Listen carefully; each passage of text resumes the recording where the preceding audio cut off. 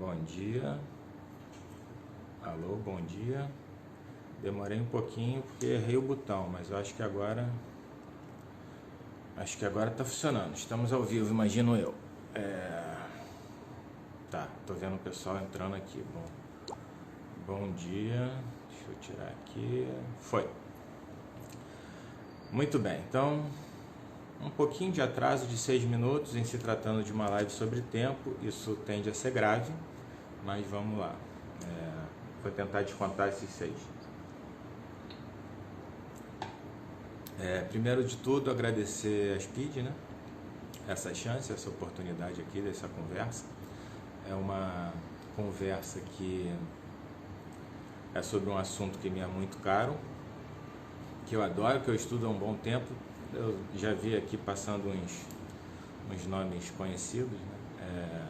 E tem, né, muita gente que já sabe que eu já estudo isso há muito tempo, desde a faculdade, que eu não vou dizer quanto tempo tem, para não entregar, né, a idade, mas são muitos anos.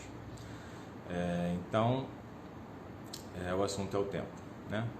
O tempo, vamos lá, vamos entrar logo no assunto. O tempo é um tema, além de ser enorme, ele é bem complexo e ao mesmo tempo não, né? Todo mundo sabe o que é o tempo, mas se eu pedisse aqui, não farei isso, mas se eu pedisse aqui para todo mundo dar uma definição de tempo, muito provavelmente a gente teria aí, por enquanto, 30 definições diferentes, né? Então a gente tem uma ideia de tempo que é muito particular. E o tempo ele pode ser abordado sobre vários caminhos, né? Sobre várias vertentes. A gente poderia falar de tempo na física, na sociologia, na antropologia, na mitologia, na filosofia. A gente vai falar de tempo aqui na psicanálise. É um, né, caminho possível, né? Claro que eles vão se entrelaçando, mas o nosso eleito aqui é falar sobre o tempo na psicanálise. Muito bem, vamos começar então, para ir dando uma esquentada e para a gente já ir se familiarizando com esse olhar diferente do tema, né? Com algo pequeno, rápido, de mitologia. Eu não vou falar os mitos não, senão vai ficar longo, mas o que a gente chama de tempo, né? Como nós temos uma palavra para o tempo, né? Um significante, tempo. Os gregos têm 3, no mínimo, tá? Alguns dizem que são 4. Então, dependendo da maneira com que eles queiram, né, lidar com essa ideia, eles vão usar palavras diferentes, né? Quando a gente começou aqui a conversar agora há pouco, e eu falei que estou 6 minutos atrasado porque eu tive um problema no botão aqui e que eu vou tentar compensar esses 6 minutos e vou correr atrás e fiz essa brincadeira, a gente está falando de Cronos. Cronos é esse tempo corriqueiro, cotidiano, né? Um tempo que organiza. O Cronos ele é o tempo sequencial, é o tempo que faz o suceder dos eventos em ordem, né? Ele ordena, e é absolutamente essencial para a nossa vida cotidiana. É esse que a gente está acostumado a lidar quando fala de tempo. Cronos é um deles, né? Cronos era filho de Urano e de Gaia no mito, né? E ele devorava os seus filhos um a um à medida que iam nascendo. É um mito conhecido. E aí o que acontece é que a interpretação mitológica disso é que os eventos iam se sucedendo, né? Iam sendo devorados pelo Deus. O grande Deus, né? É o tempo. Ele é pai de Zeus, enfim, depois é destituído, isso não importa muito. Aí agora eu vou falar rapidamente de uma outra modalidade de tempo que tem outro nome, que a gente chama de Kairos. A gente não, os gregos, né? Kairos é o tempo que nos importa na psicanálise. Cronos, tudo bem para organizar, mas o tempo da psicanálise a gente pode dizer com alguma tranquilidade que não é o de Cronos, é o de Kairos. Kairos é um deus, é uma historinha divertida e ela não leva muito tempo, então vamos falar. Kairos é um deus, ele é o deus da oportunidade. O Kairos é belíssimo, né? Como um deus, tem uma beleza indizível. Ele é calvo e ele tem um único chumaço de cabelo aqui em cima, assim, né? Bem na frente. E ele tem asas nos tornozelos, né? Mitologicamente, eles sempre dão essas saídas, né? Então ele é muito rápido, ele é muito veloz, ele é muito ágil. E passeia entre os humanos com velocidade extrema, mas vez por outra ele se detém um instante e segue. Aquele humano que tiver a percepção e for oportuno o suficiente para agarrar naqueles cabelos, né, e mirar o Deus, terá ali uma experiência jubilosa, né, de glória, né, de mirar a beleza dos deuses, né, de aceder o que há de mais belo. E a vida dele a partir dali nunca mais será a mesma, porque ele teve acesso à beleza divina. Então, qual é a brincadeira desse mito, né? Qual é a ideia? Você só tem uma chance de agarrar essa oportunidade, de se deparar com a beleza divina, né, dos deuses. Então, o Kairos representa esse tempo que é indizível, é o tempo do instante, o instante que muda uma existência. Esse é o tempo da psicanálise. Esse é o tempo que a gente vai usar para entender o que se passa na análise, o que se passa na teoria psicanalítica. Tem um terceiro que é Iron, mas é o tempo mais religioso, né? Seria um tempo eterno, o tempo dos deuses, né? O tempo do sagrado. A gente não precisa entrar aí. Vamos agora, então, uma vez que a gente entendeu Kairos, deixa os mitos de lado e vamos entrar na teoria propriamente dita, uma vez que a ideia aqui é falar sobre o tempo na teoria e na clínica. Então, vou fazer a primeira parte teórica, depois a clínica. Vai acabar se complementando, né? Então vamos começar do começo, né? A gente pode dizer com tranquilidade, assim, sem medo de errar, que o inconsciente é a base da teoria psicanalítica, né? O inconsciente, ele sustenta a teoria psicanalítica. Toda a teoria psicanalítica está sustentada, apoiada no conceito, na ideia de inconsciente. Se a gente tirar o inconsciente da teoria, ela desmorona, não sobra nada.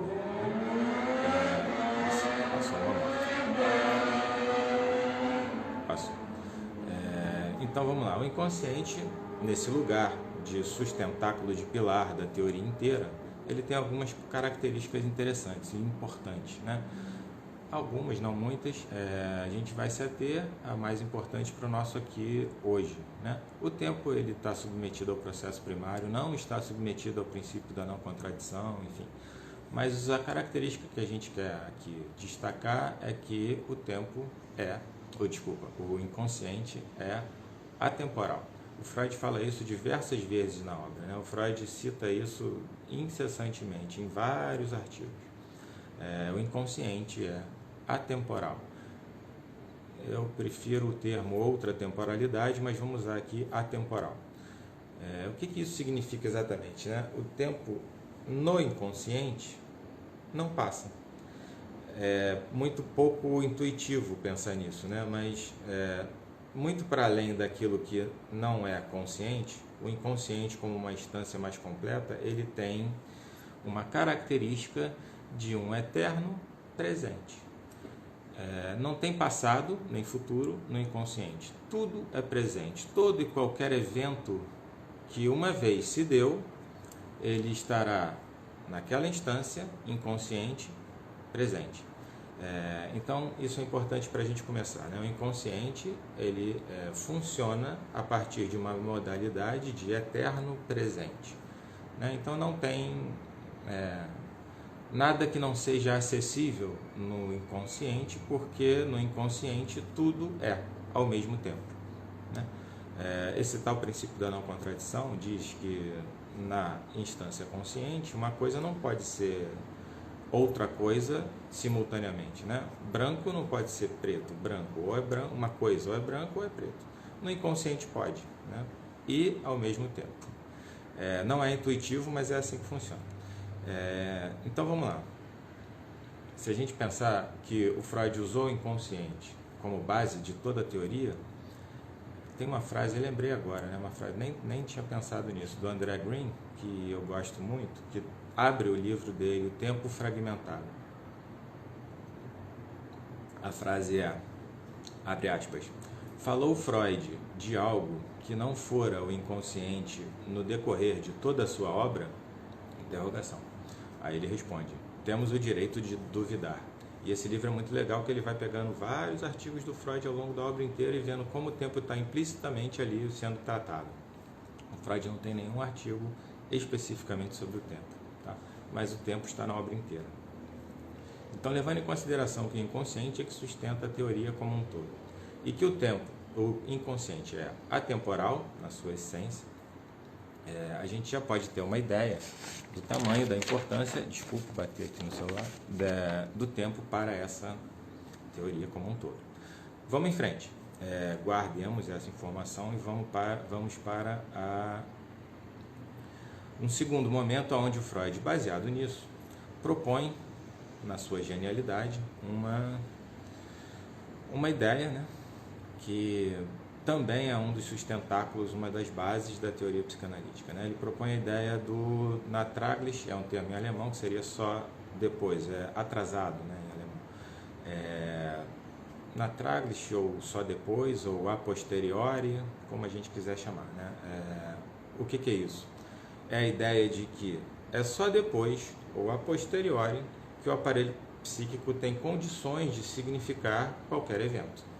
Então, para o Freud, nós não temos condições de representar, de significar imediatamente no contato com a realidade nenhum evento. Isso só se dá a posteriori. Quando Freud fez a teoria do trauma, eu vou dar uma escorregada rápida aí para não demorar muito, ele fez isso está lá no rascunho H, no projeto, é um texto bem do início da obra, 1895, e ali ele faz um primeiro construto da teoria do trauma, onde se dá um evento, que ele chama esse evento de marca apagada. Esse evento é da ordem do trauma e normalmente de origem sexual, ele diz, mas ele não pode ser significado, ele não ganha sentido. Então ele fica como uma marca apagada dentro do aparelho.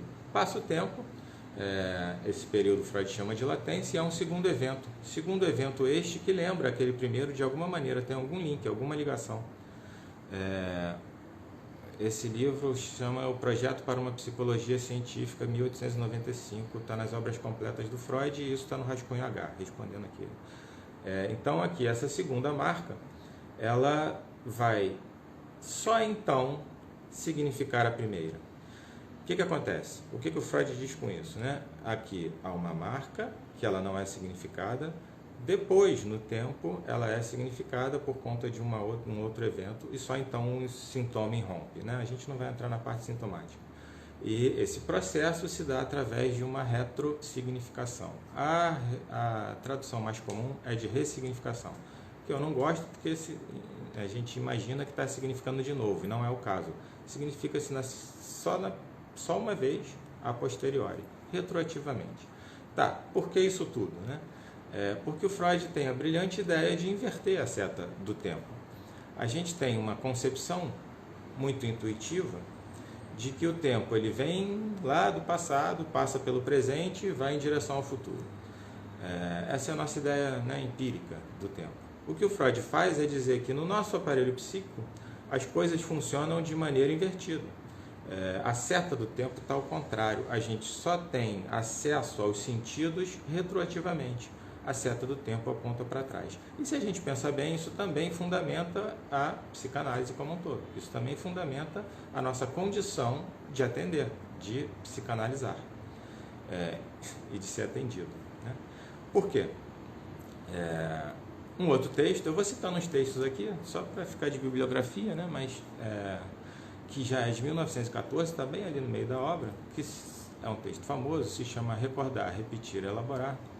O Freud aí se aprofunda nesse assunto e nos diz que a psicanálise não se trata de ir até o passado, resgatar de lá eventos ou traumas que por acaso tenham sucedido e elaborá-los. Não se trata disso. O que se dá é que no presente, No ato da análise, o analisando repete aquilo que se deu, mas repete no presente. Então não é uma volta no passado, é um estar no presente atuando, atualizando via transferência aquilo que se deu no passado. Então aí o Freud já institui uma segunda coisa bastante importante, que é não só o inconsciente é atemporal, como a análise se dá no presente. O importante da análise é o ato de estar ali, e não aquilo que se deu. Aquilo que se deu, ele tem toda a sua importância quanto ao registro mnêmico, né? A memória, a gente vai falar disso daqui a pouco, é extremamente importante para a estabilidade do aparelho. A memória é o fator estabilizador do ego, é assim que o Freud chama, né? Ou do eu. E isso é fácil de entender porque a nossa memória nos compõe, né? Se eu vou aí e tiro a memória de cada um de vocês, vocês não sabem nada de hoje para trás de vocês mesmos, ou eu, nós não saberemos quem somos, né? Se eu tiro o meu passado, eu não saberei quem sou. Então, o que estabiliza o ego, o eu, é o passado, é a memória. Ele é um fator estabilizador importante do ego. Mas no ato da análise, ele funciona como um insumo para que a gente produza os conteúdos atuais e faça significações atuais daquilo que se deu. Isso está muito bem explicado nesse texto famoso que se chama Recordar, Repetir, Elaborar. Um pouco antes disso, eu estou de olho no horário, são 11h22, eu acho que vai dar. Um pouco antes disso, bastante antes disso, um pouco antes da interpretação dos sonhos, em 1899, tem outro texto do Freud que se chama Lembranças Encobridoras, que eu gosto muito, e que aí sim trata do passado. No texto em si ele não está falando exatamente de memória, ele fala de memória, porque são lembranças, mas ele se atém ao fato de que elas encobrem algo, elas são encobridoras, né? Elas estão ali no lugar de outra coisa. Mas não é por aí que a gente vai pensar hoje. A gente vai pensar no seguinte: toda e qualquer memória, toda e qualquer lembrança que nós temos agora, elas representam algo do passado, mas elas são uma construção atual do que se deu. Parece que é tudo meio confuso, mas o que vai acontecendo é que o Freud vai montando um esquema onde passado, presente e o futuro, a gente já vai chegar, né? O futuro é o responsável ou não? É a representação da fantasia. Tudo isso está articulado num funcionamento que é o modelo de sujeito do Freud, o modelo de sujeito freudiano. Vamos então, antes de chegar nesse modelo freudiano do sujeito, falar das três grandes entidades. Vou tentar costurar tudo para falar dos tempos do sujeito, depois os tempos da análise, depois o uso como ferramenta. E aí, no fim, com certeza, ouvi-los, né? As suas proposições, né? Provocações, suas considerações. Vamos às três entidades temporais, né? Famosas: passado, presente e futuro. Essas três entidades temporais, tecnicamente, esse conjunto define a existência, né? Passado, presente e futuro. No modelo freudiano, o passado é representado pela memória, né? O passado é o aparelho mnêmico que dá estabilidade ao ego. Beleza, entendido, nada muito diferente do que é empírico. O presente é a nossa condição de percepção da realidade. Então, a gente tem uma condição, enquanto sujeito, de perceber a realidade, e essa condição se dá invariavelmente no presente. Então, o modelo de funcionamento freudiano, ele compõe passado, porque é a nossa estabilidade egóica, presente, que é a nossa condição de perceber a realidade, e futuro. Futuro é a nossa capacidade fantasística, né? A condição humana, a condição do sujeito de projetar no futuro, é extremamente relevante para a manutenção, né, da saúde psíquica, né? Sem a fantasia, sem a projeção ao futuro, o aparelho psíquico entraria em colapso. Então, a gente tem que entender que tudo isso está devidamente articulado no mesmo sujeito: passado, presente, futuro. No presente, inclusive, acho que dá tempo de fazer um pequeno adendo, tem outro texto do Freud, que já mais lá na frente, que se chama Uma Nota sobre o Bloco Mágico. Ele é de 1925. Bloco mágico é aquele brinquedinho, né, de criança, onde você rabisca, desenha e levanta uma película, volta e apaga, né, o que você desenhou. Ele estava olhando o netinho ali, brincando disso. E aí ele tem umas ideias, pensa umas coisas a partir da nossa condição de percepção. Lá no Bloco Mágico, o Freud diz que a nossa percepção da realidade, a gente está falando de presente, ela se dá de maneira discreta, não é constante. O aparelho psíquico excita o aparelho perceptual, aquele que vê a realidade. Então nós vemos a realidade, percebemos, registramos e o aparelho se fecha. E esse ciclo se repete em infinitésimos de tempo. Então a gente percebe a realidade, segundo Freud, em pacotes. A gente percebe a realidade em flashes. Se nós percebêssemos a realidade de maneira constante, sem interrupção, isso também iria, segundo Freud, colapsar o aparelho psíquico, né? Não seria suportável. E o Freud diz que exatamente nessa particularidade, nessa peculiaridade que nós temos de perceber a realidade, é que está a nossa condição de perceber o passar do tempo. Se fosse tudo uma coisa só, a gente não ia perceber o passar do tempo. Como a gente percebe a realidade em pacotes, em flashes, a gente tem uma condição interna de perceber a passagem do tempo.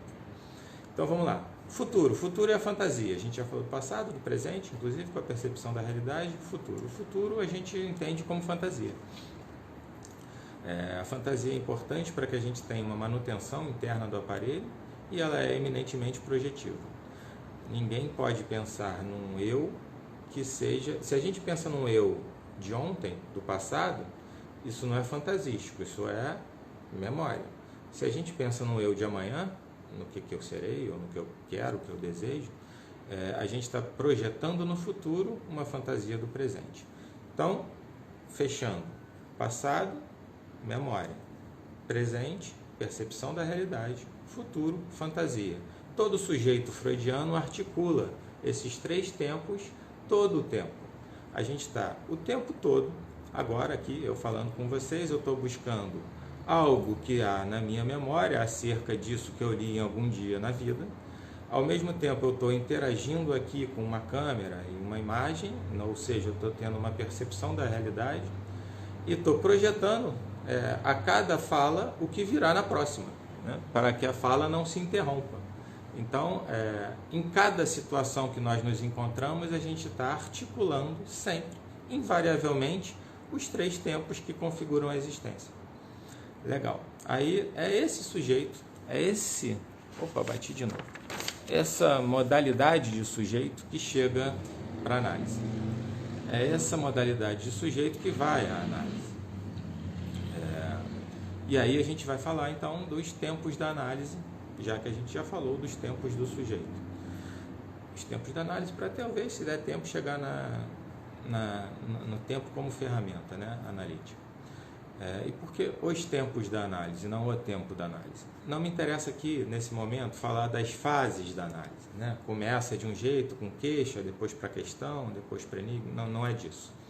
Eu vou falar dos tempos da análise, vou propor que nós pensemos acerca da pletora, da quantidade de tempos que se dá nesse encontro, no encontro dessa dupla, no encontro analítico. Para começar, são dois sujeitos. Cada sujeito tem suas, no mínimo, 3 modalidades de funcionamento se articulando todo o tempo. Nisso tudo já virou uma bagunça temporal, né? Para além disso, a gente tem 2 sujeitos, cada qual com seus 2 inconscientes, esses sim fora do tempo. Também produzindo efeitos, sem que nós nos detenhamos nisso, sem que nós nos demos conta disso, mas produzindo efeitos o tempo todo. Não? Então, pensemos nesse encontro de 2 pessoas, de 2 sujeitos, com suas temporalidades individuais, com suas temporalidades particulares, que se autoimpõem no berço, na transferência, né? Uma bagunça temporal para ver o que sai dali, né? Isso é análise.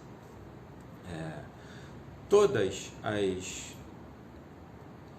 produções de uma análise, elas vão passar, elas vão estar embrenhadas, contaminadas com algum viés temporal. quando a gente fala dos tempos da análise, a gente já está falando de clínica.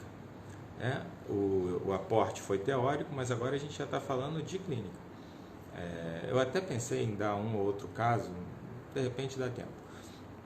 Um exemplo, né? Um fragmento. Mas todo dito, todo silêncio, cada espaço, cada aceleração, cada atraso, tudo que tenha ou possa vir a ter um viés temporal, assim como qualquer outro viés, vai compor aquele encontro.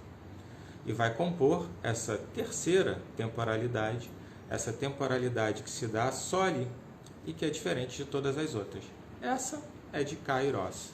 Essa é a temporalidade daquele instante que é perene, que é aquele instante que é eterno e que pode mudar a existência. É um instante do encontro, é o instante dessa bagunça de temporalidades que compõe a análise. Vamos em frente, porque tem que correr. Vamos lá. Vou fazer uma interrupção aqui para falar um pequeno fragmento que pode ilustrar isso, né? Claro, eu estou falando do viés do tempo. Quem estuda o amor vai achar as suas particularidades no viés do amor. Quem estuda a pulsão vai achar as suas particularidades no viés da pulsão. A gente está lidando com um viés, que é o tempo. Não há nenhuma chance da gente fechar os olhos para os outros, né? É só que a gente está olhando para esse. Então, vamos lá. Um caso de uma senhora que eu atendo já tem bastante tempo, mais de 10 anos, seguramente uns 12 ou 13. E no início a gente começou com 2 vezes por semana. Começou com esse ritmo, né? A análise é um ritmo, né? Falando em ritmo, o especialista no assunto é o Bruno, né? Bruno Campos, meu grande amigo, que é o especialista no quesito ritmo, né? É quem pensa o assunto da maneira que eu mais gosto. Mas afinal de contas, o que é o ritmo, senão uma repetição em intervalos regulares de tempo, né? E a análise ela supõe um ritmo, sim. Uma vez por semana eu vou lá e faço aquilo, ou 2 ou 3. Mas vamos lá. Então, esse nosso primeiro ritmo, né? Quando a gente começou a nossa relação, eu e essa analisanda, era de 2 vezes por semana. Beleza, ok, normal. Depois de uns anos, 2 anos ou 3, pouco, a gente mudou para 1 vez por semana. A gente sentiu ali que era o caso e fez isso. E tudo bem, isso acontece na clínica de todo mundo, é muito comum. Nada demais aí. E ficou mais um tempo assim, né? Mais uns 2 anos, aí não sei mesmo quanto tempo, algum tempo. E aí estávamos lá, né, no nosso trabalho, e algo de incômodo se dava. E isso se dava nela e em mim, a gente falava disso. Tem algo estranho, algo incomodando, mas ninguém sabia o que é. Ninguém sabia o nome. E seguimos assim, né? Vamos ver, em algum momento isso vai ganhar nome. E aí, análise. Teve uma ocasião, eu a atendia e o analisando seguinte me avisou que não podia vir, né? Não poderia vir, podia, tem um compromisso e remarcou. E eu fiquei com o horário seguinte livre. Já sabendo disso, atendi a essa senhora e não falei do fim do tempo. Eu deixei acontecer, deixei rolar. E fui até o fim do segundo horário. Então a gente fez uma dupla, né? A gente fez uma sessão e fez outra sessão. Aí no fim do segundo horário eu tinha que interromper, porque aí tinha o outro mesmo, né? Aí eu interrompi. E quando eu interrompi, ela falou assim: nossa, que interessante, foi tão rápido hoje. E aí a gente riu muito, porque, né, eram 2 sessões e ela achou que foi rápido. Já é de saber, de uso comum, que o tempo ele pode correr ou se esticar dependendo do que está se dando, né? O tempo ele está submetido à nossa percepção. Mas nesse caso em especial, a gente permitiu que o tempo transcorresse em 2 sessões, e a partir dali a gente chegou à conclusão que deveria fazer sessões duplas. E assim foi, né? A gente se adequou nos horários para que as sessões fossem duplas. Naquele instante, naquela pessoa, naquele caso, a temporalidade ali se impôs, né? Ela e eu nós, a dupla, ficou melhor com 2 horários. Coisas assim acontecem na clínica de todos vocês, eu tenho certeza. Coisas desse teor, coisas dessa magnitude, que são simples, às vezes podem ser divertidas. Eu tenho um analisando que nunca marcou horário, marcou o primeiro só. Ele vai toda semana, mas ele não tem horário. Então o ritmo, ele esgarça, né? Ele toda semana, segunda ou terça, fala, e aí, vamos, né? E ele sempre vai, mas ele não tem um horário. É um outro tipo de lidar com o tempo. Então vamos lá. Se a psicanálise trata de pelo menos nunca dar conta, né, de pelo menos se aproximar ou olhar, né, para o inconsciente, e o inconsciente em si é atemporal, a gente tem que em algum momento abrir espaço para essa atemporalidade, para que isso se dê de alguma forma, né? E aí o que acontece? Eu tenho certeza que na prática de todos vocês, tanto como analista, quanto analisando, isso se dá todo dia, toda hora. É que o que eu imagino e o que eu tenho percebido é que às vezes a gente não se toca disso, a gente não se liga que isso está acontecendo, a gente não se liga que isso está ali. Mas onde eu quero chegar? O tempo é uma ferramenta analítica, na minha opinião. É um construto que permite condições de análise, assim como vários outros. Só que o que a gente está fazendo aqui é atentar para isso, porque a gente já usa. Todo mundo aqui já usa. Agora a gente está podendo dar uma olhada nisso, né? O tempo, ele no fundo, ele está tão intrínseco ao processo da análise, ele tão faz parte, ele tão nos compõe, que a gente nem se liga que isso está acontecendo. Mas se a gente tiver a chance de se ligar, isso pode ser útil. E a gente pode fazer uso disso a favor do analisando. Tem alguns casos no Freud onde ele faz uso explícito do tempo a favor do analisando. O mais conhecido é o Homem dos Lobos, onde ele usa classicamente o tempo como ferramenta analítica, sem dúvida, né? Ele vê que não está andando a análise e aí propõe um fim, um fim para o paciente, né? Para que a análise volte a andar. Mas isso aí seria outra conversa. Então vamos lá, estou bem no tempo, chegando aos 40, abrindo para as colocações, as proposições de vocês, o que vocês tiverem a dizer, se houver alguma pergunta. Em linhas gerais e fechando, né? E aí provocativo mesmo, né? Se a gente puder exagerar nesse olhar, ou extrapolar nesse olhar, o que faz o analista em última instância é sempre uma manipulação do tempo. Uma manipulação do tempo em conjunto na dupla analítica que ali, naquela bagunça temporal, faz com que o instante da sessão seja ele sim eterno. E aí entraria numa outra brincadeira, a gente até falou na aula de ontem de análise terminável e interminável. O Freud, falta 1 minuto, dá para falar, o Freud para 40. O Freud tem um texto que se chama Análise Terminável e Interminável, é um texto bem para o fim da obra, 37 eu acho, 35 ou 37, acho que é 37. E o nome do texto é Análise Terminável e Interminável.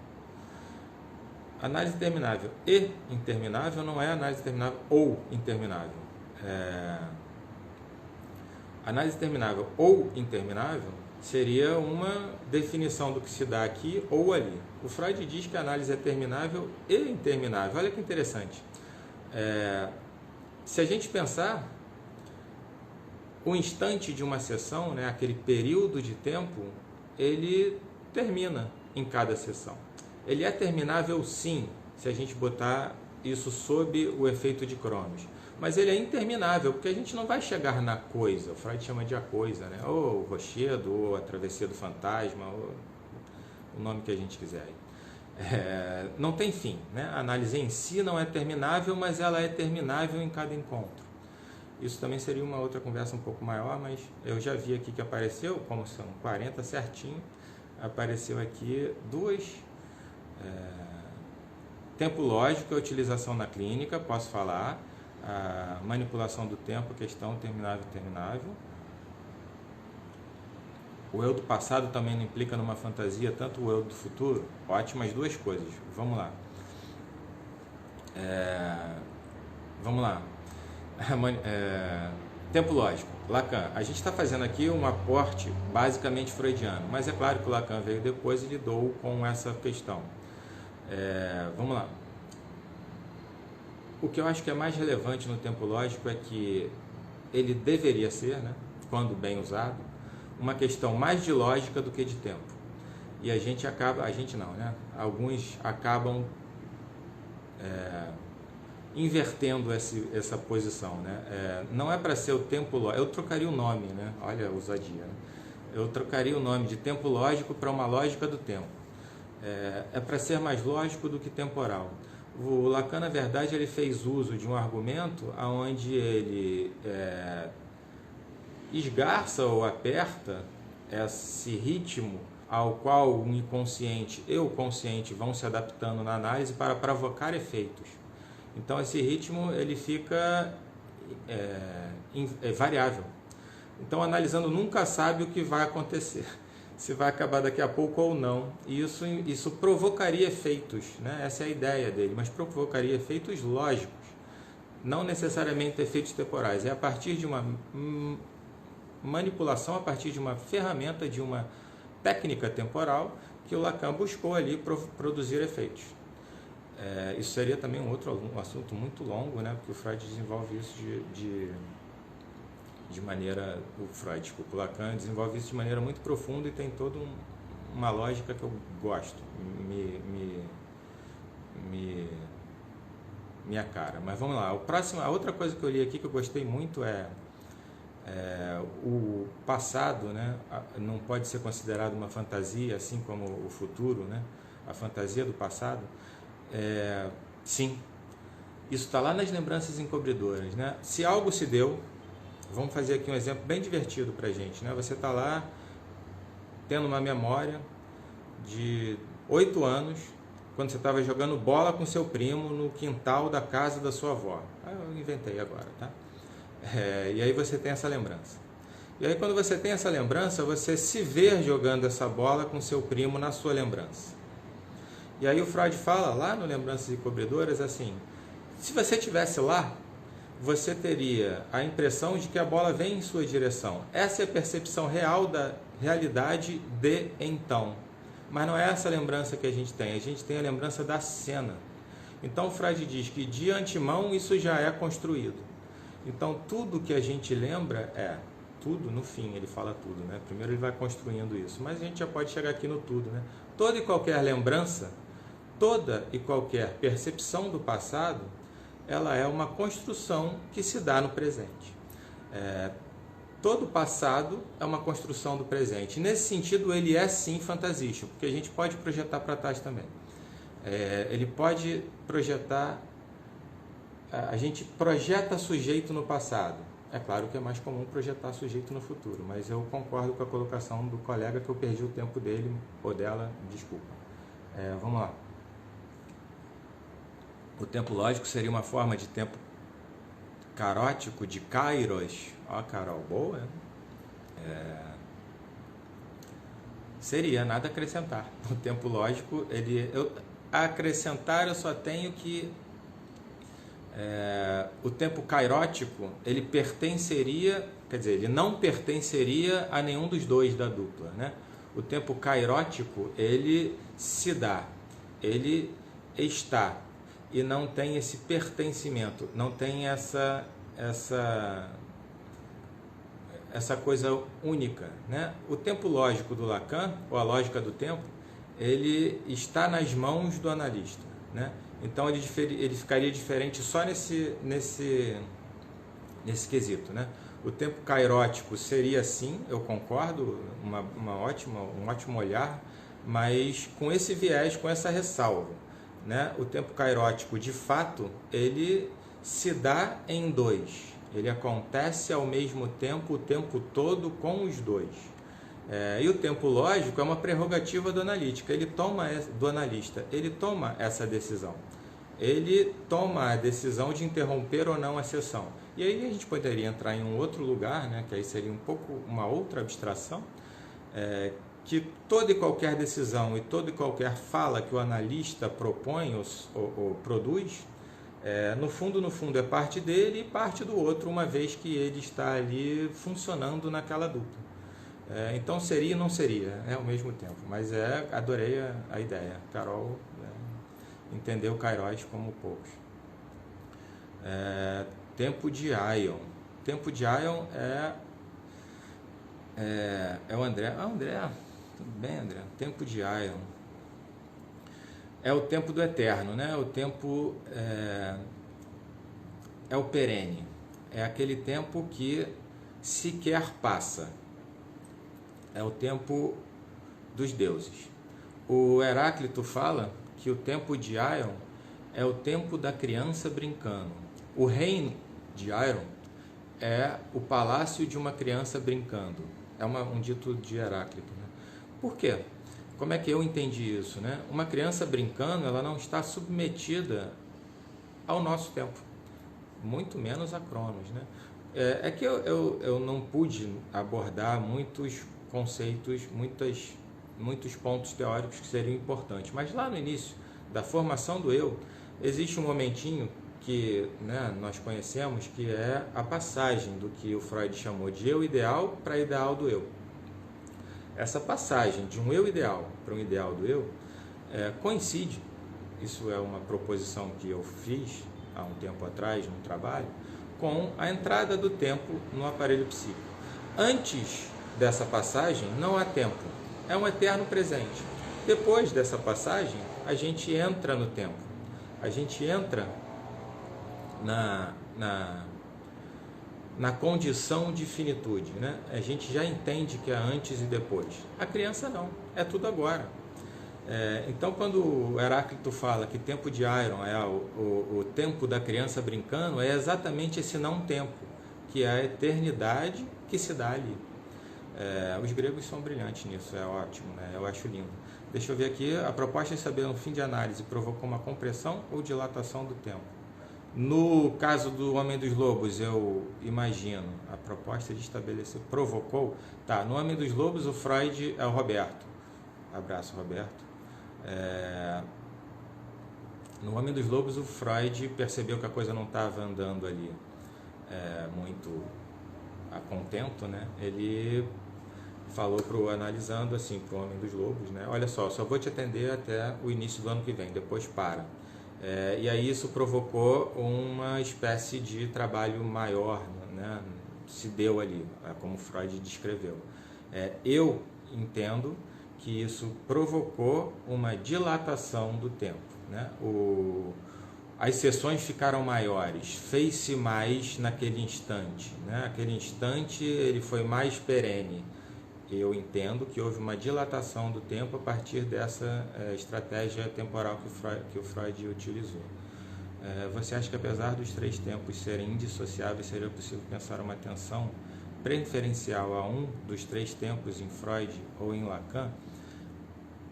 Não acho que dá para... E aí a gente está falando de passado, presente e futuro. A psicanálise, se eu entendi bem a pergunta, porque é uma pergunta complexa, a psicanálise ela é muito entendida ou muito dita como um resgate do passado. E né, o Freud, né? Ele não via muito assim já do meio para o fim da obra, a partir de 14, né? Ali, em 14 especificamente, recordar, repetir, elaborar, ele atualiza... o ato de analisar é um F5 constante, sabe o F5 do computador, onde você está atualizando a cada instante tudo que está se dando ali naquela interação? Só que no ato da análise é um F5 da sua vida. E aí você atualiza ali naquela relação os três tempos, o tempo todo. A gente está sempre articulando os três. Eu não teria como aqui, teoricamente, pensar em eleger um dos três. Mas gostei da provocação, né? Vamos pensar, argumentem aí que pode dar fruto aí. Pelo investimento freudiano na vida infantil, ou pela ética de Lacan ser a ética do desejo, cai no mesmo lugar, né? Entendi. O bebê absorve essa quebra de continuidade. O bebê absorve essa quebra de continuidade. Sim, o estar e não estar. O Freud fala disso no Fordar, né? Tem mãe, não tem mãe, tem mãe, não tem mãe. Até que ele consegue jogar lá o carretelzinho, né, com a linha e obter algum controle e tal. Mas o bebê tem sim, né? Eu tenho fome, eu tenho seio, então eu tenho prazer, e aí eu tenho prazer, desprazer, prazer, desprazer. Isso é um ritmo. Mas a ideia de ritmo e a sensação de ritmo, a gente pode fazer claramente uma distinção da assunção, da introjeção do conceito de tempo no aparelho. Ritmo é diferente de antes e depois, né? O bebê tem sim uma localização temporal ali, mas é da ordem do perene, do eterno. É a sua majestade o bebê, nada ali o atinge. Ele é pleno. Por quê? Porque ele não está submetido à finitude ainda, porque o tempo ainda não foi ele ainda não foi alvejado, né, com o tempo dentro daquele aparelho psíquico. Na verdade, o tempo ele chega rasgando o aparelho, fazendo a divisão entre um ideal do eu e aquilo que a gente não pode atingir e o fim. Então a gente começa ali a ter a noção de antes e depois. Mas aí ficaria mais teórico, não é o caso. Eu conseguia, nós, né, conseguimos, né, que coisa, eu conseguia ficar atento ao tempo. A gente está aqui com 5 minutos de folga, então eu quero fazer as considerações finais para que não tenha problema e que ela fique gravada, né? Que a gente tem até 1 hora. Cronos, né? Tem uma pergunta do Roberto mais acima que eu acho que eu pulo. Eu consigo ver? Não, acho que eu falei. Provocação e dilatação do tempo. Acho que eu falei, Roberto. Qualquer coisa depois a gente fala por WhatsApp. Eu acho que foi dilatação do tempo. Então vamos às considerações finais. Eu quero agradecer o encontro.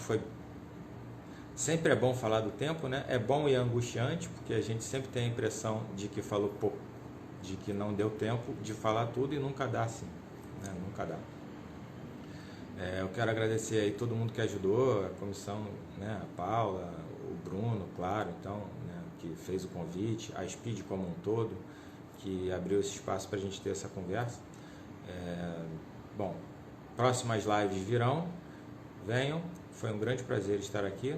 Muito obrigado a todos e até a próxima.